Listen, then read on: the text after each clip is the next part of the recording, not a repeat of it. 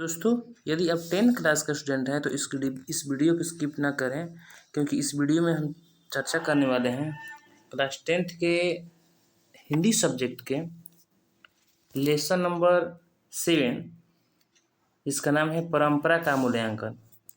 तो सबसे पहले हम लेखक परिचय को देखेंगे, उसके बाद में जो न्यू टारगेट है ऑब्जेक्टिव, उसी के ऑब्जेक्टिव क्वेश्चन को देखेंगे। तो कह रहे हैं कि परंपरा का मूल्यांकन जो है लेसन 7 है, और परंपरा के मूल्यांकन के लेखक का नाम है रामविलास शर्मा। तो पहला क्वेश्चन बनेगा कि परंपरा के मूल्यांकन का रचनाकार कौन है, तो रामविलास शर्मा।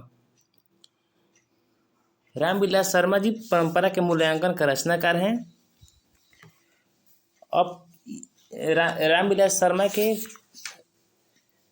जन्म परिचय मतलब कि इनके परिचय के बारे में देखेंगे, उसके बाद में फिर हम देखेंगे ऑब्जेक्टिव वाला। तो ये सबसे पहले है ना कि परंपरा का मूल्यांकन क्या है। तो परंपरा का मूल्यांकन एक प्रकार के निबंध है। परंपरा का मूल्यांकन क्या है, तो एक प्रकार का निबंध है।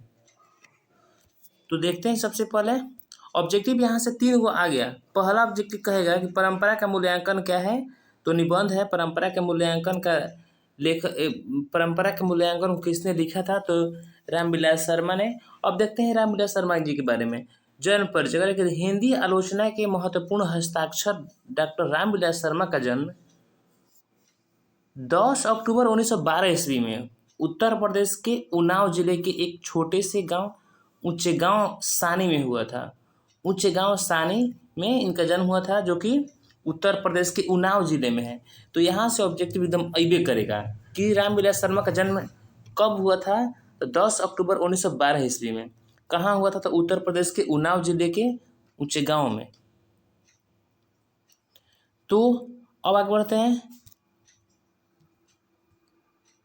शिक्षा के देखते हैं। शिक्षा इन्हें कहाँ कहाँ कैसे हुई, क्योंकि शिक्षा से भी पूछता है। रामविलास शर्मा जी ने 1932 ईस्वी में लखनऊ विश्वविद्यालय से BA और 34 ईस्वी में अंग्रेजी साहित्य में MA किए। ध्यान दीजिएगा यहाँ पर BA कहाँ से किए हैं, तो लखनऊ विश्वविद्यालय से 1932 ईस्वी में, और MA कहाँ से किए हैं, तो 1934 ईस्वी में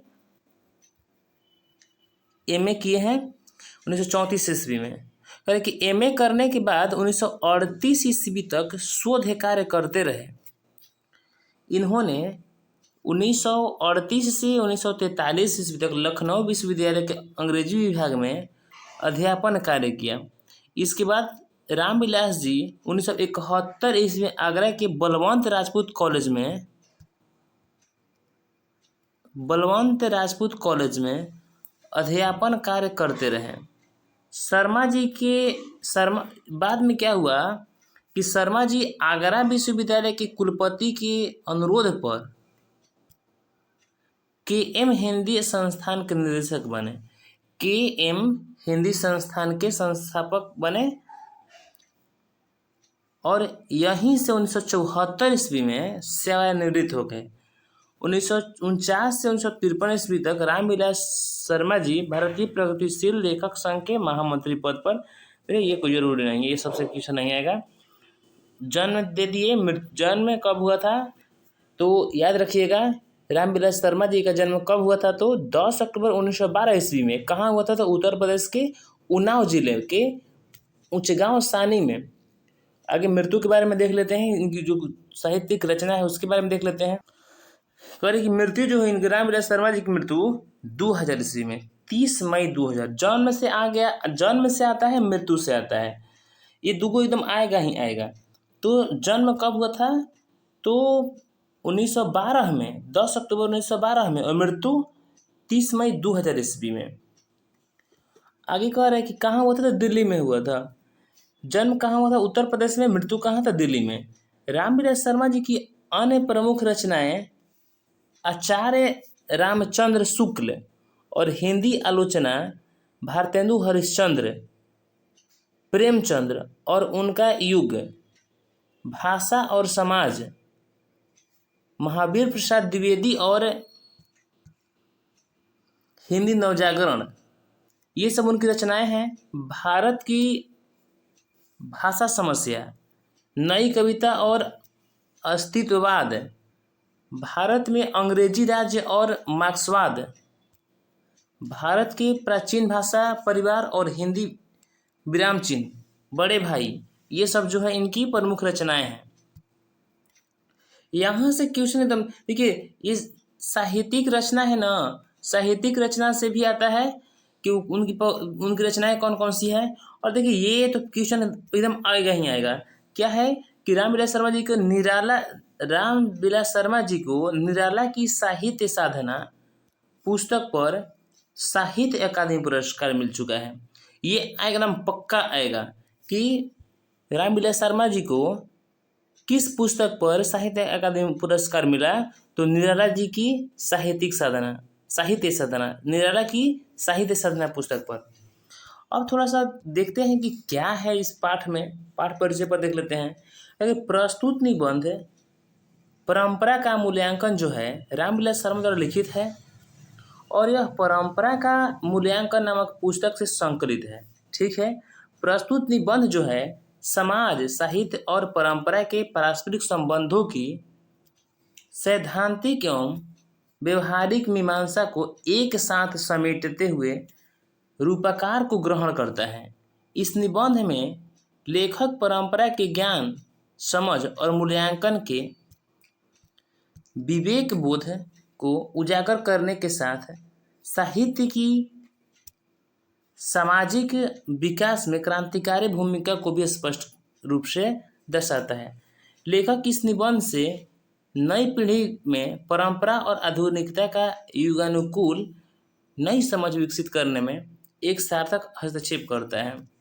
तो ये हो गया आप लोगों का लेखक परिचय। अब हम देखते हैं ऑब्जेक्टिव की ओर, क्या कह रहा है ऑब्जेक्टिव।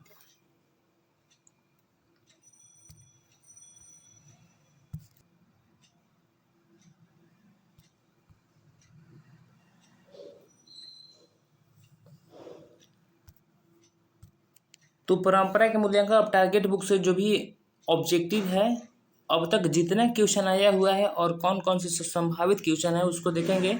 कह रहे कि बड़े भाई किस लेखक की रचना है। बड़े भाई किस लेखक की रचना है। यदि ये बढ़िया से देख, लेखक परिचय में हम सब बताए हैं, लेखक परिचय को बढ़िया से देखे होंगे तो अच्छा आएगा।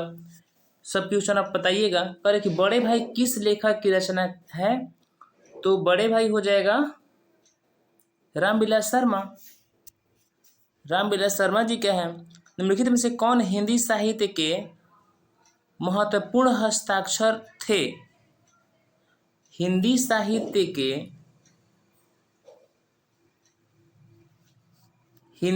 के ही कहे या हिंदी आलोचना कहे, दोनों एक मतलब कि दोनों कहेगा तो ये हो जाएगा रामविलास शर्मा। हिंदी आलोचना के महत्वपूर्ण हस्ताक्षर कौन थे, तो रामविलास शर्मा। और हिंदी साहित्य कहेगा तो उसमें भी हो जाएगा रामविलास शर्मा। अगला क्वेश्चन कह रहा है कि कौन मनुष्य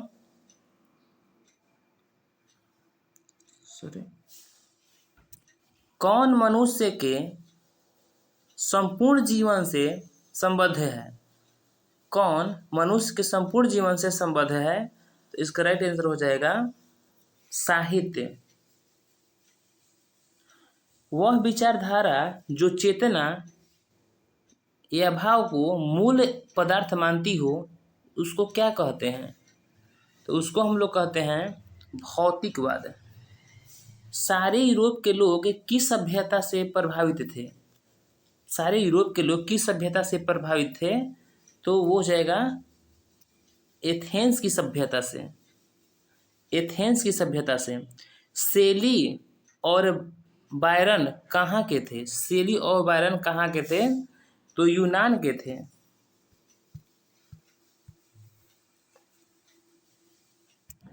जारशाही किसमें थी, मतलब 4 ऑप्शन है, इस चारों में से कहाँ जारशाही थी। सोवियत रूस में। रूस की क्रांति कब हुई थी, रूस की क्रांति 1917 ईस्वी में व्यास जी और वाल्मीकि जी की रचना है क्रमशः कौन कौन? व्यास जी और वाल्मीकि जी की रचनाएं कौन सी है? तो वो हो जाएगा गीता और रामायण। व्यास जी की गीता और वाल्मीकि जी के रामायण।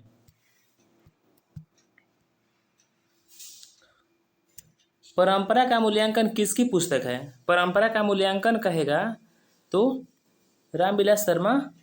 प्रगतिशील आलोचना का विकास होता है। प्रगतिशील आलोचना का विकास होता है। साहित्य की परंपरा के ज्ञान से लेखक रामविलास शर्मा कब से कब तक भारतीय प्रगतिशील लेखक संघ के महामंत्री रहे? तो 1949 से 1953 ईस्वी तक। 1949 से 1953 ईस्वी तक देखिए आया हुआ क्वेश्चन है। अगला क्वेश्चन कह रहा है कि साहित्य सापेक्ष रूप में क्या होता है? साहित्य सापेक्ष रूप में क्या होता है? तो इसका राइट आंसर हो जाएगा स्वाधीन। साहित्य सापेक्ष रूप में क्या होता है? तो स्वाधीन। कह रहे कि एथेंस किस महादेश में है? एथेंस किस महादेश में है? एथेंस किस महादेश में है? तो यूरोप में है। बायरन किस भाषा के कवि हैं? बायरन किस भाषा के कवि हैं? तो इसका राइट आंसर हो जाएगा अंग्रेजी के। निराला की साहित्य साधना किसकी कृति है? निराला की साहित्य साधना किसकी कृति है? तो इसका राइट आंसर हो जाएगा रामविलास शर्मा के।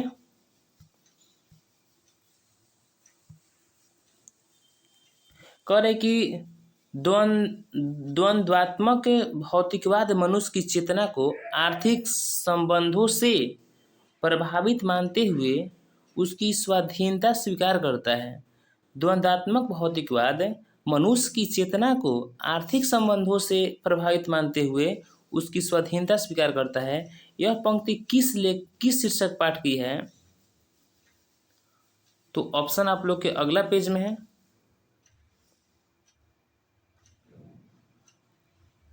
ऐसे हम कह सकते हैं कि अभी हम लोग पढ़ रहे परंपरा के मूल्यांकन, तो परंपरा के मूल्यांकन का ही होना चाहिए, लेकिन ऑप्शन देख लेते हैं।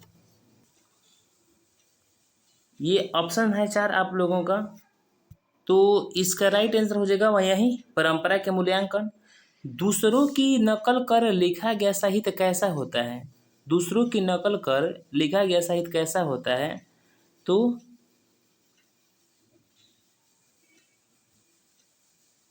अधम होता है। अगला है कि रफाल, लियोनार्डो दा विंची और एंजेलो किसकी देन है? ये किसकी देन है? तो इसका राइट आंसर हो जाएगा आप लोग को इटली की। करे कि शेक्सपियर कौन थे? शेक्सपियर कौन थे?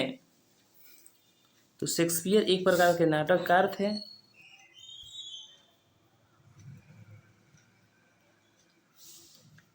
निराला की साहित्य साधना कितने खंडों में रचित की गई है? निराला की निराला की साहित्य साधना कितने खंडों में रचित की गई है? तो 3 खंडों में। लेखक रामविलास शर्मा का जन्म कब हुआ था? कब हुआ था? तो 10 अक्टूबर 1912 ईस्वी को। 10 अक्टूबर 1912 ईस्वी को। और मृत्यु कब हुई थी? तो 30 मई 2000 ईस्वी को। करे कि लेखक रामविलास शर्मा का जन्म कहाँ हुआ था?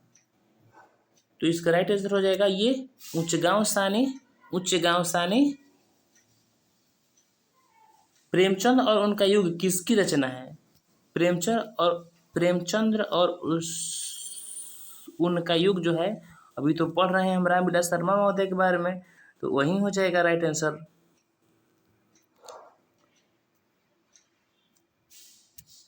रामविलास शर्मा। जारशाही रूप के सोवियत समाज में पढ़े जाने वाले लोकप्रिय साहित्यकार कौन हैं? जारशाही रूप के सोवियत समाज में पढ़े जाने वाले लोकप्रिय साहित्यकार कौन है? 2022 में आया हुआ क्वेश्चन है। तो इसका राइट आंसर हो जाएगा आप लोगों को टोल्स्टॉय लिखा है, टॉल्स्टॉय होना चाहिए। तोल्स्टॉय, जब ऑप्शन में यही है तो इसको किया जाएगा। करे कि सामाजिक विकास क्रम में सामंती सभ्यता की अपेक्षा किस सभ्यता को अधिक प्रगतिशील कहा जा सकता है? 2022 में आया हुआ क्वेश्चन है, तो इसका राइट आंसर हो जाएगा पूंजीवादी सभ्यता को। लैटिन कवि कौन है? लैटिन कवि कौन है? तो इसका राइट आंसर हो जाएगा वर्जिल। तार सप्तक में कितने कवियों की कविताएं संग्रहित हैं? तार सप्तक में, तो तार सप्तक में सब मिला जुला करके 7 कवियों की कविताएं संग्रहित हैं। इसका राइट आंसर हो जाएगा 7 सही हो जाएगा। अज्ञे ने तार सप्तक कब संपादित किया? अज्ञे महोदय जी तार सप्तक कब संपादित किया? इसका राइट आंसर हो जाएगा 1943 में। रामविलास शर्मा को किस कृति के लिए साहित्य अकादमी पुरस्कार प्राप्त हुआ? रामविलास शर्मा को किस कृति के लिए? निराला की साहित्य साधना हम पढ़ाते समय लेखक परिचय में बताए भी हैं कि क्वेश्चन आएगा ही।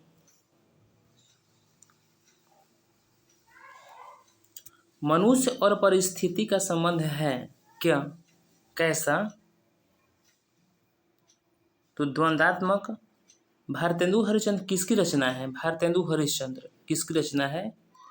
तो डॉक्टर रामविलास शर्मा की। डॉक्टर रामविलास शर्मा की मृत्यु कब और कहाँ हुई थी? तो 2000 ईस्वी में दिल्ली में।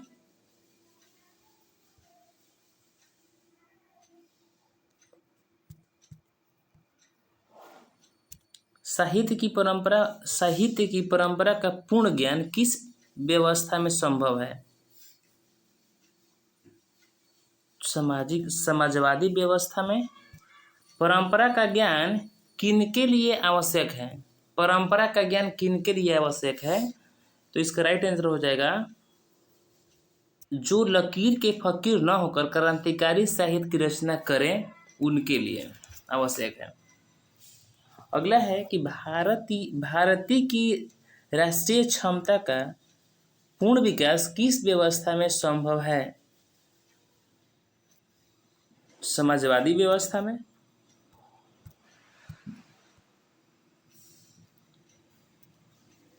लेखक रामविलास शर्मा के गांव का क्या नाम था? लेखक रामविलास शर्मा के गांव का क्या नाम था? तो देखिए ऑप्शन बहुत सटा करके दिए। ऊंचगा सानी दिया है, ऊंच गांव सानी दिया है, ऊंचका गांव सैनी दिया है, ऊंचा गांव सैनी दिया है, और ये आया हुआ क्वेश्चन है 2021 में। तो आप देखिए कौन सा आंसर सही होगा। इसका राइट आंसर हो जाएगा उच्च गांव सानी। भौतिकवाद का अर्थ भाग्यवाद नहीं है, किस निबंध की पंक्ति है? तो हम लोग पढ़ रहे परंपरा के मूल्यांकन इसी का है।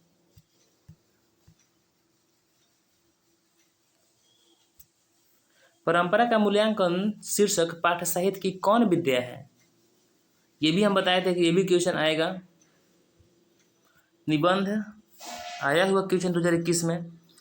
रामविलास शर्मा एमए पास करने के बाद 1938 ईस्वी तक कहाँ व्यस्त रहे?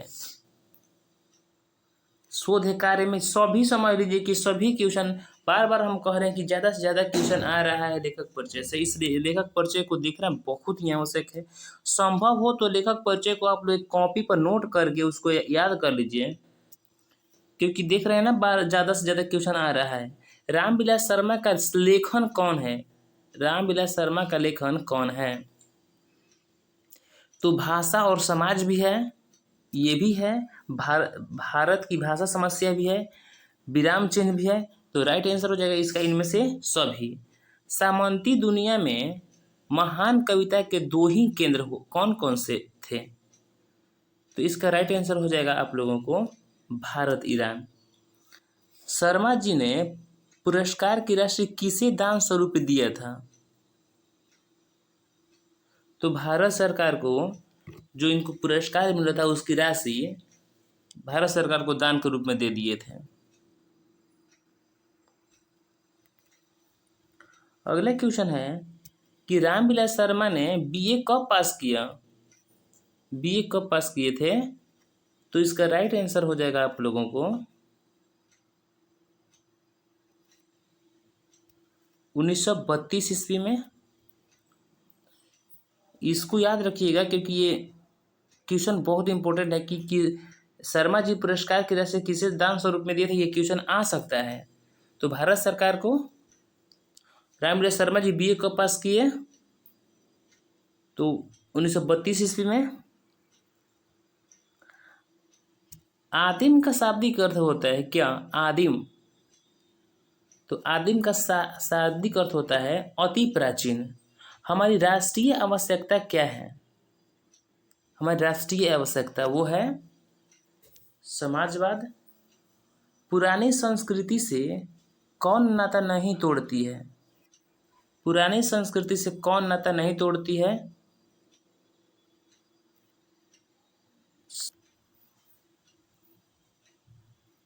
पुरानी संस्कृति से कौन नाता नहीं तोड़ती है? तो इसका राइट आंसर हो जाएगा समाजवादी संस्कृति। और आज का लास्ट क्वेश्चन है अस्मिता का अर्थ क्या होता है? अस्मिता का अर्थ क्या होता है? तो अस्मिता का अर्थ होता है पहचान। अस्मिता का अर्थ होता है पहचान। तो ये रहा मेरा लास्ट क्वेश्चन, 48 क्वेश्चन ही था। इसके अलावा सभी सब्जेक्ट का वीडियो आप लोग जा करके प्लेलिस्ट में देख लीजिए, मौजूद है। तो वीडियो अच्छा लगे तो लाइक सब्सक्राइब करें, दोस्तों भी शेयर भी करें। धन्यवाद।